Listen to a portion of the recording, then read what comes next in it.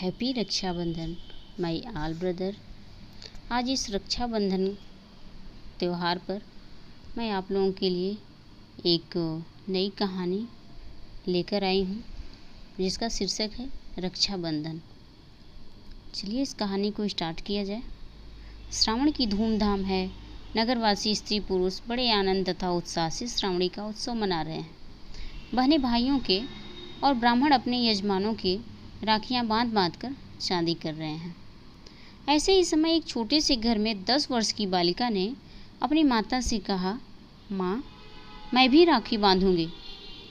उत्तर में माता ने एक ठंडी सांस भरी और कहा, किसको बांधोगी बेटी?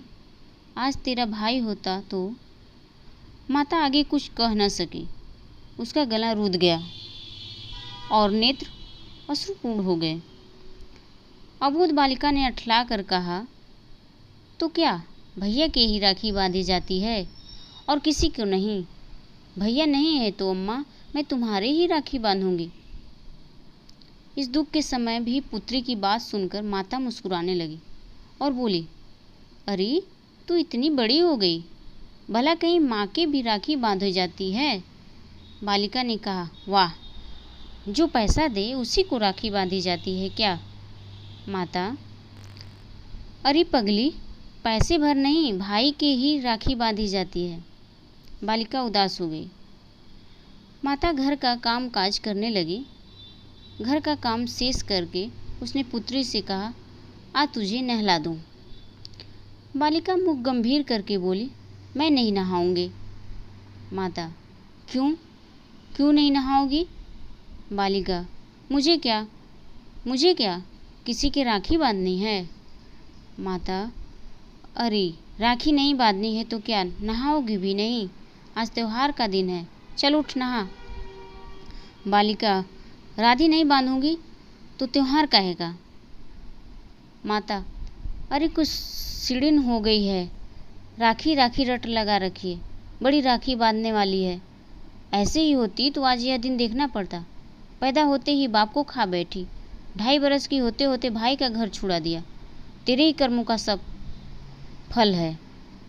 बालिका बड़ी अप्रतिभ हुई और आंखों में आंसू भरे हुए चुपचाप नहाने को उठ खड़ी हुई। 1 घंटा पश्चात हम उसी बालिका को उसके घर के द्वार पर खड़ी देखते हैं। इस समय भी उसके सुंदर मुख पर उदासी विद्यमान थी। अब भी उसके बड़े बड़े नेत्रों में पानी छलछला रहा है। परंतु बालिका इस समय द्वार पर क्यों?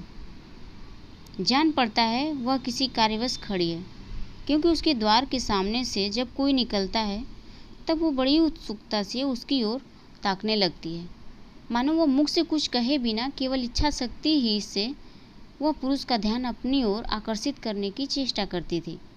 परंतु जब उसे इसमें सफलता नहीं होती तब उसकी उदासी बढ़ जाती है।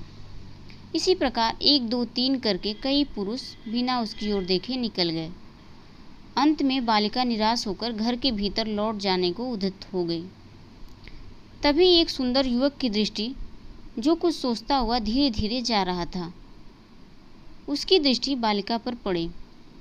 बालिका की आंखें युवक की आंखों से जा लगी। न जाने उन उदास तथा करुणापूर्ण नेत्रों में क्या जादू था कि युवक ठिठक कर खड़ा हो गया और बड़े ध्यान से सिर से पैर तक देखने लगा।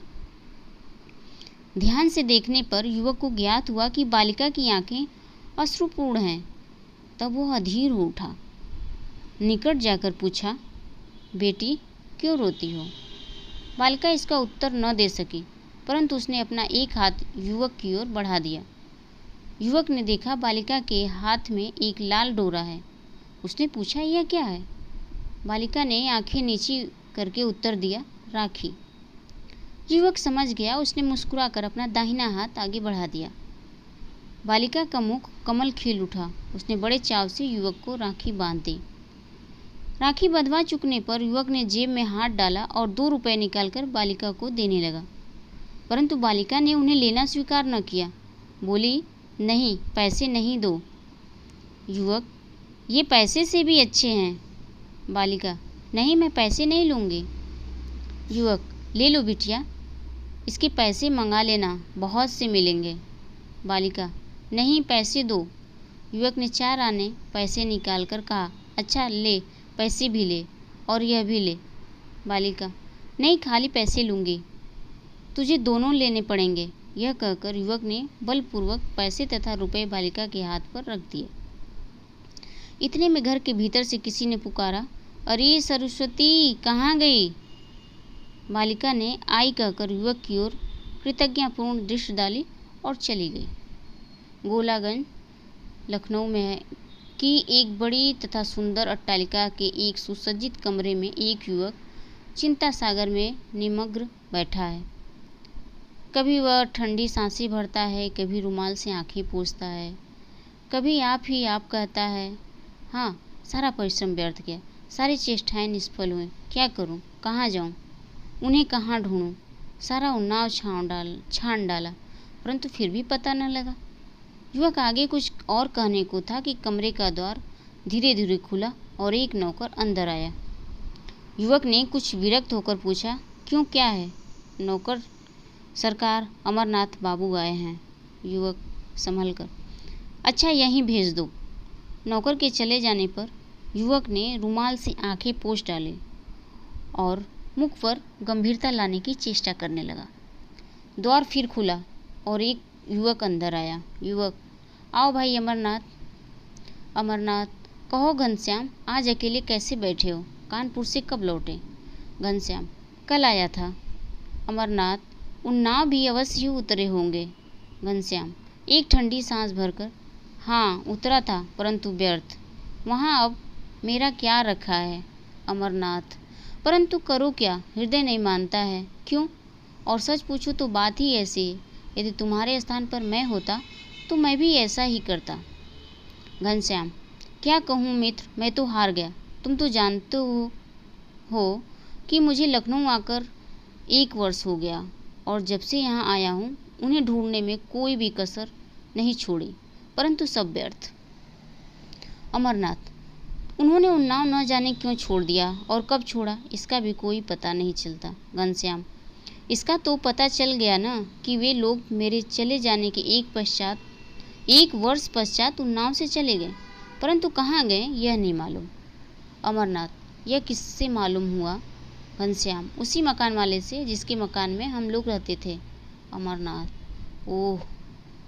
घनश्याम, कुछ नहीं, यह सब मेरे ही कर्मों का फल है। यदि मैं उन्हें छोड़कर न जाता, यदि गया था तो उनकी खोज खबर लेता रहता, परंतु मैं तो दक्षिण जाकर रुपया कमाने में इतना व्यस्त रहा कि कभी याद ही नहीं आई, और जो आई भी तो क्षण मात्र के लिए। उफ, कोई भी अपने घर को भूल जाता है, मैं ही ऐसा अधम हूँ।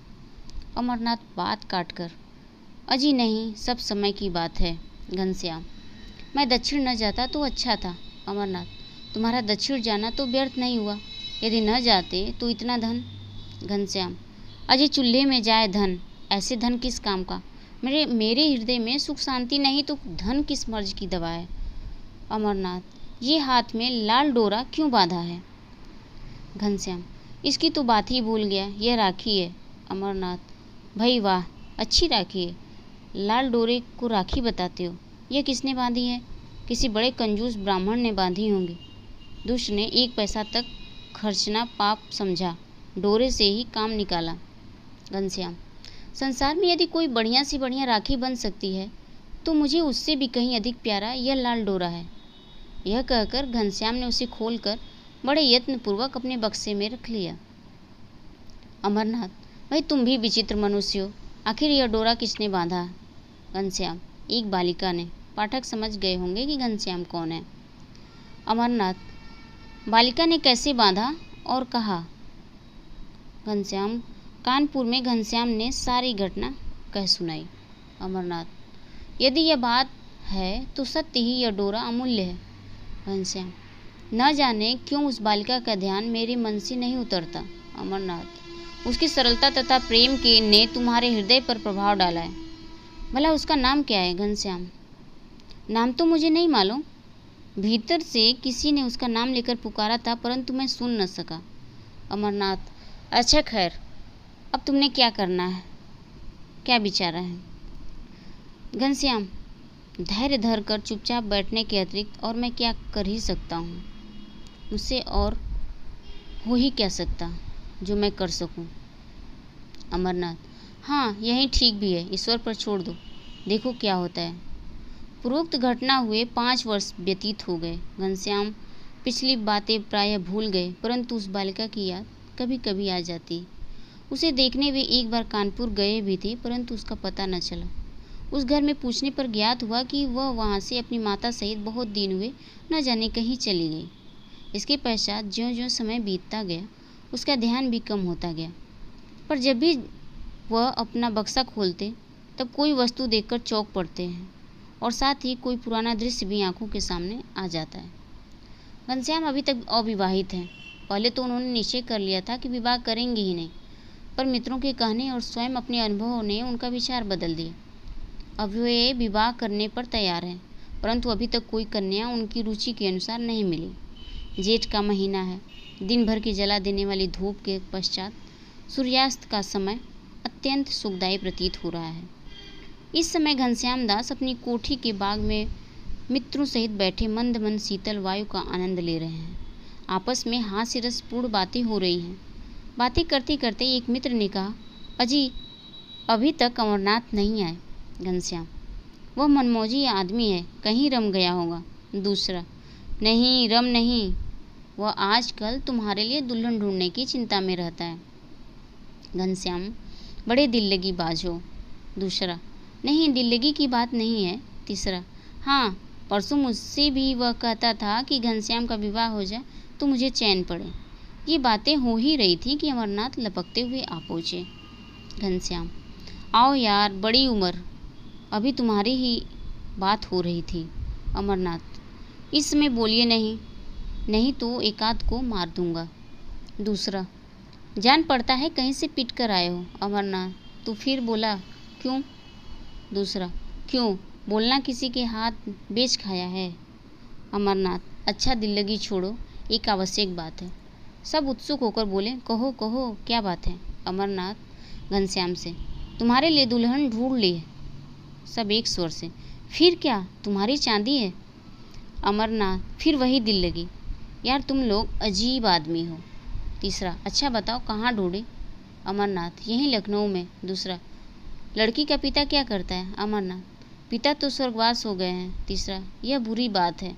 अमरनाथ, लड़की है और उसकी माँ, बस, तीसरा कोई नहीं, विवाह में कुछ मिलेगा भी नहीं। लड़की की माता बड़ी गरीब है। दूसरा, यह उससे भी बुरी बात है। तीसरा, उल्लू मर गए पट्ठे छोड़ गए, घर भी ढूंढा तो गरीब। कहाँ हमारे घनश्याम इतने धनाढ़ और कहाँ ससुराल इतना दरिद्र। लोग क्या कहें। अमरनाथ, अरे भाई, कहने और न कहने वाले हम ही तुम हैं, और यहाँ उनका कौन बैठा है जो कहेगा। घनश्याम दास ने एक ठंडी सांस ली। तीसरा, आपने क्या भलाई देखी जो यह संबंध करना विचारा है। अमरनाथ, लड़की की भलाई, लड़की लक्ष्मी रूप है, जैसे सुंदर वैसी सरल। ऐसी लड़की यदि दीपक लेकर ढूंढे जाओ तो कदाचित नहीं मिलेगी। दूसरा, हाँ यह अवश्य एक बात है। अमरनाथ, परंतु लड़की की माता लड़का देखकर विवाह करने को कहती है। तीसरा, यह तो व्यवहार की बात है। घनश्याम, और मैं भी लड़की देखकर विवाह करूँगा। दूसरा, यह भी ठीक ही है। अमरनाथ, तो इसके लिए क्या विचार है। तीसरा, विचार क्या, लड़की देखेंगे। अमरनाथ, तो कब। घनश्याम, कल। दूसरे दिन शाम को घनश्याम और अमरनाथ गाड़ी पर सवार होकर लड़की देखने चले। गाड़ी चक्कर खाती हुई पहियागंज की एक गली के सामने जा खड़ी हुई। गाड़ी से उतरकर दोनों मित्र गली में घुसे। लगभग 100 कदम चलकर अमरनाथ एक छोटे से मकान के सामने खड़े हो गए और मकान का दरवाज़ा खटखटाया। घनश्याम बोले, मकान देखने से ही बड़े गरीब जान पड़ते हैं। अमरनाथ, हाँ बात तो ऐसी है, परंतु यदि लड़की तुम्हारे पसंद आ जाए तो यह सब सहन किया जा सकता है। इतने में द्वार खुला और दोनों भीतर गए। संध्या हो जाने के कारण मकान में अंधेरा हो गया था, अतएव ये लोग द्वार खोलने वाले को स्पष्ट न देख सके। एक दालान में पहुंचने पर ये दोनों चारपाइयों पर बिठा दिए गए और बिठाने वाली ने, जो स्त्री थी, कहा, मैं जरा दिया जला दूं। अमरनाथ, हाँ जला दो। स्त्री ने दीपक जलाया और पास ही एक दीवार पर उसमें रख दिया। फिर इनकी ओर मुख करके वह नीचे चटाई पर बैठ गई। परंतु ज्यों ही उसने घनश्याम पर अपना दृष्टि डाली, एक हृदय मेदु आह उसके मुंह से निकली और वह ज्ञान शून्य होकर गिर पड़ी। स्त्री की ओर कुछ अंधेरा था, इस कारण उन लोगों को उसका मुख स्पष्ट न दिखाई पड़ता था। घनश्याम उसे उठाने को उठे, परंतु ज्यों ही उन्होंने उसका सिर उठाया और रोशनी उसके मुख पर पड़ी, त्यों ही घनश्याम के मुख से निकला, मेरी माता, और उठकर वे भूमि पर बैठ गए। अमरनाथ विस्मित हो काष्ठवत बैठे रहे।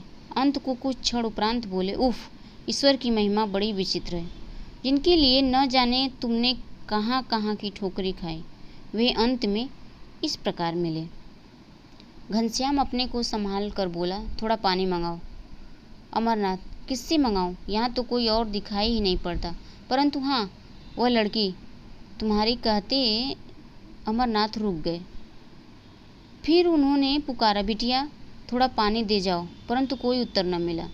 अमरनाथ ने फिर पुकारा, बेटी तुम्हारी माँ अचेत हो गई है, थोड़ा पानी दे जाओ।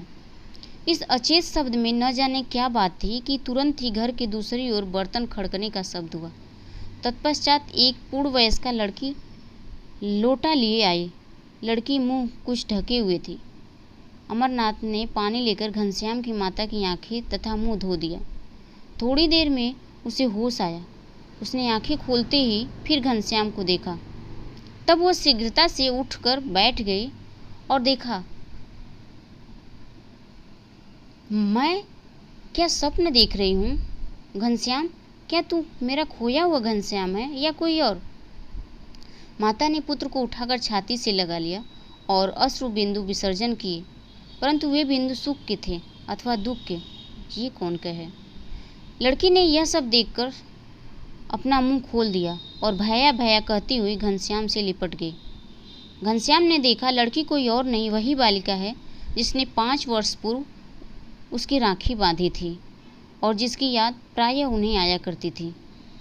श्रावण का महीना है और श्रावणी का महोत्सव। घनश्याम दास की कोठी खूब सजाई गई। घनश्याम दास अपने कमरे में बैठे एक पुस्तक पढ़ रहे हैं। इतने में एक दासी ने आकर कहा, बाबू भीतर चलो। घनश्याम भीतर गए। माता ने उन्हें एक आसन पर बिठाया और उनकी भगिनी यानी सरस्वती ने उनको तिलक लगाकर राखी बांधी। घनश्याम ने 2 अशर्फियाँ उनके हाथ में रख दी और मुस्कुरा कर बोले, बकाया पैसे भी देने होंगे? सरस्वती ने हंसकर कहा, नहीं भैया, ये अशर्फियाँ पैसों से अच्छी हैं, इनसे बहुत से पैसे आएंगे।